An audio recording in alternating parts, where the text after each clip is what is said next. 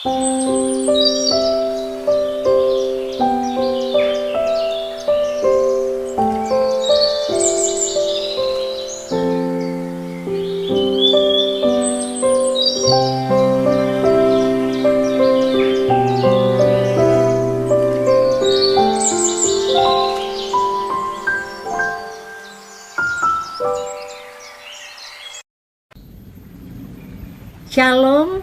semua sahabat Yesus yang terkasih.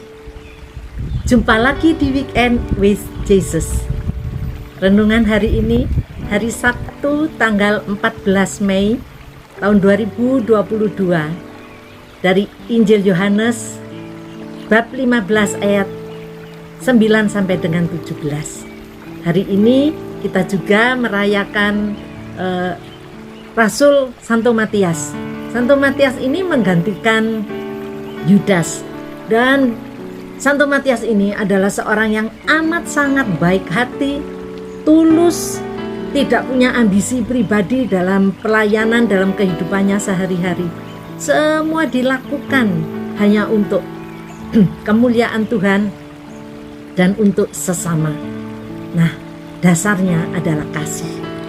Hari ini Tuhan Yesus mengingatkan kita juga semuanya supaya kita hidup dalam kesatuan cinta kasih.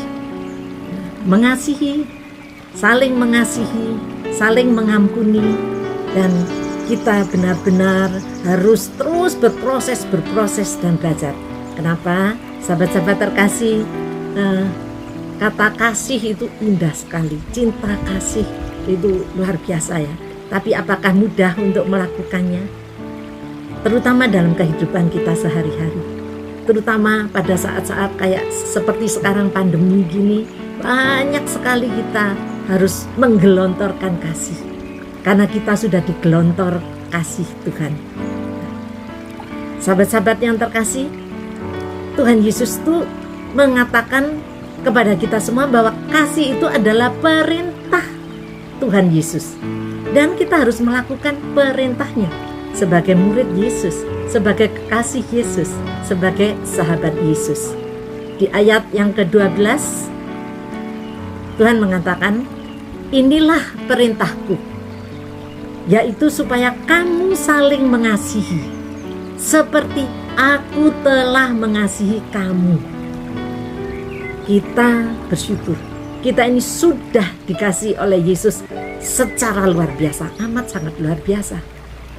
Yesus sudah memberikan dirinya sehabis-habisnya untuk kita semua. Bahkan Tuhan Yesus juga menganggap kita, mengangkat kita, menjadikan kita menjadi sahabat Yesus, bukan sebagai hamba. Di ayat yang ke-14 Yesus mengatakan, kamu adalah sahabatku, punya huruf besar. Sekali lagi Yesus mengatakan, kamu adalah sahabatku jikalau kamu berbuat apa yang kuperintahkan kepadamu. Di ayat yang ke-12 Yesus sudah mengatakan, inilah perintahku, supaya kita saling mengasihi. Diingatkan lagi, itu lo lakukan, yang kuperintahkan itu lo lakukan, saling mengasihi. Dalam kehidupan sehari-hari mungkin kita sudah berusaha ya, kita tahu, sudah pasti tahu sebagai murid Yesus itu hidup dalam kasih, saling mengasihi, melakukan perbuatan kasih. Tetapi sebagai manusia biasa yang kakinya masih menginjak tanah, sering juga kita tidak lepas dari kelalaian, dari kesalahan. Lalai mungkin yang lebih sering. Mungkin kita sudah melakukan kasih, menolong orang, tapi ketika orang yang ditolong itu nyakiti hati kita, waduh gitu rasanya kok mangkel gitu. Nah, sebetulnya kalau kita mengasihi yang Tuhan mau tadi, itu sudah tidak boleh ada perasaan seperti itu. Kita harus mencontoh, meneladani, meniru apa yang dilakukan Yesus, yaitu kasih yang agape, kasih yang tidak menuntut balasan, kasih yang tidak ingin imbalan, kasih yang tidak ingin dihormati, tidak ingin beri balas jasa, seperti itu yang Tuhan mau. Tapi kita sering jatuh dalam kelalaian kita. Mungkin kita sudah melakukan perbuatan kasih, tapi ada lalainya, ada lupanya, ada marahnya, kayak gitu juga ya. Sahabat terkasih, tidak usah takut, tidak usah khawatir, karena yang menilai itu adalah Tuhan. Mungkin kita sudah melakukan kasih, ketika kita lalai, ada aja orang yang usil, yang mengomentari, yang katakan, wah kamu itu tidak berbuat kasih. Dan itu mungkin mengiris hati kita ya. Tapi seharusnya kita kembali. Yang menilai semua adalah Tuhan. Yang menjadikan kita sahabatnya adalah Yesus sendiri. Dan Yesus jauh lebih tahu hati nurani kita. Kalau kita mau berproses, mau terus belajar, maka kita akan terus berusaha supaya bisa hidup menjadi seperti Yesus. Hidup dalam kesatuan cinta kasih dengan Yesus.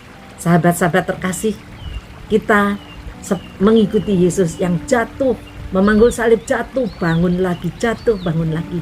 Demikian pula dalam kehidupan sehari-hari, kita terus belajar, kita terus berusaha supaya kita hidup dalam kasih itu tadi. Jatuh, bangun, belajar lagi, belajar dan belajar. Sampai kapan? Sampai kita tidak bisa belajar lagi. Jadi jangan sampai sombong bahwa oh aku sudah melakukan kasih full gitu. Belum.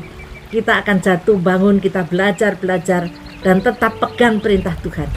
Karena di ayat yang ke-14 Tuhan katakan bahwa kamu adalah sahabatku jikalau kamu melakukan perintahku. Kita lakukan perintahnya Tuhan. Dan diingatkan lagi pada akhir perikop ini di ayat yang ke-17, Yesus mengatakan lagi, pakai kata perintah, inilah perintahku. Jadi perintahku kepadamu, kepada siapa? Kepada sahabat-sahabat terkasih, kepada saya, kepada kita semua. Kasihilah seorang akan yang lain. Nah, sahabat-sahabat terkasih, kita terus berusaha melakukan perbuatan kasih.